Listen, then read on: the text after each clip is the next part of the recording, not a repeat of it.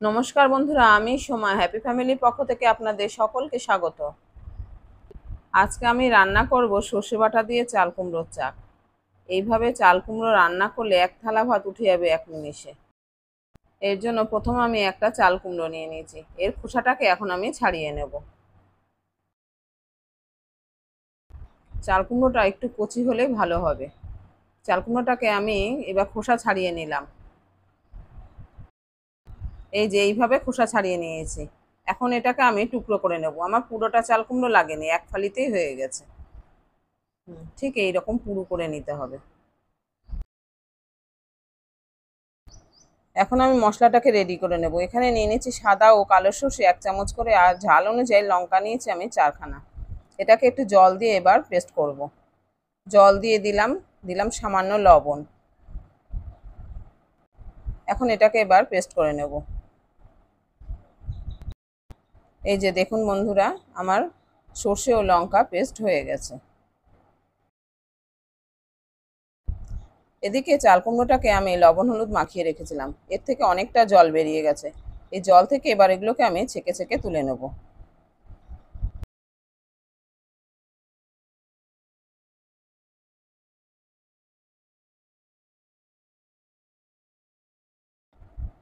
এখন ওভেনে কড়াই বসিয়ে দিয়েছি। কড়াই গরম হলে দিয়ে দিলাম তেল। তেলটা অবশ্যই সর্ষের তেল হতে হবে।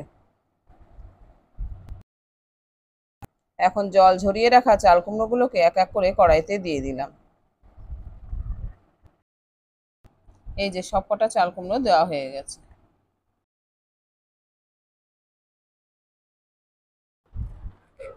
এবার এগুলোকে এক এক করে আমি আবার উল্টে দিলাম।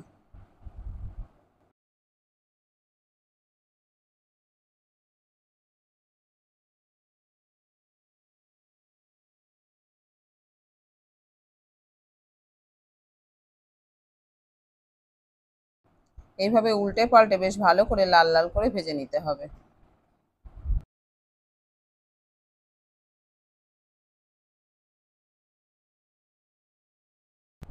ঠিক এইভাবে চাল কুমড়োর গায়ে যেন একটু একটু দাগ থাকে, এইভাবেই ভেজে নিতে হবে।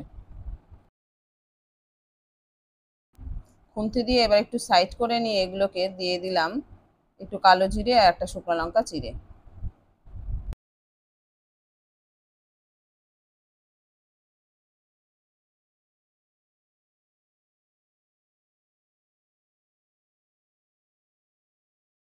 একটু নাড়াচাড়া করে দিয়ে দিলাম পরিমাণ মতো জল। বেশি জল দেওয়া যাবে না, যেরকম গ্রেভি রাখবো ঠিক সেই রকমভাবেই জল দিতে হবে। জল দিয়ে কড়াইটাকে ঢাকা চাপা দিয়ে দিলাম 5-7 মিনিটের জন্য। 5-7 মিনিট পর ঢাকা খুলে একটু নেড়ে চেড়ে নিয়ে দিয়ে দিলাম করে রাখা পেস্টটিকে।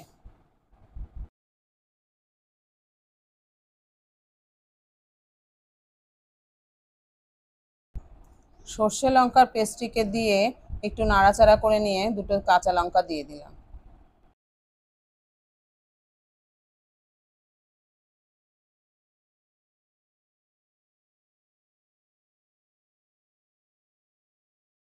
আবারও কড়াইটাকে ঢাকা দিলাম 5 মিনিটের জন্য। আমি কিন্তু রান্নাটা এখনো পর্যন্ত লবণ দিইনি। 5 মিনিট পর ঢাকা খুলে একটু নাড়াচাড়া করে নিয়ে লবণ দিয়ে দিলাম পরিমাণ মতো।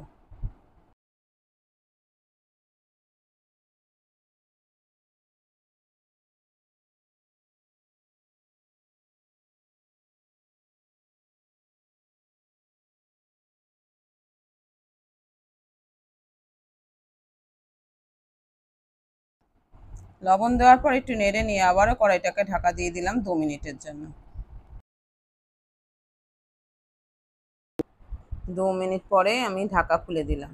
দেখো বন্ধুরা, কত সুন্দর হয়েছে এটাকে দেখতে। সত্যি সত্যি বন্ধুরা, আপনারা একদিন এটাকে বাড়িতে বানিয়ে খাবেন।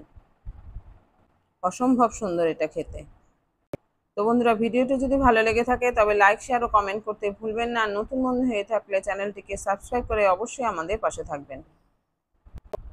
তো বন্ধুরা, এতক্ষণ আমাদের সঙ্গে থাকার জন্য আপনাদের অসংখ্য ধন্যবাদ। দেখা হচ্ছে পরের ভিডিওতে।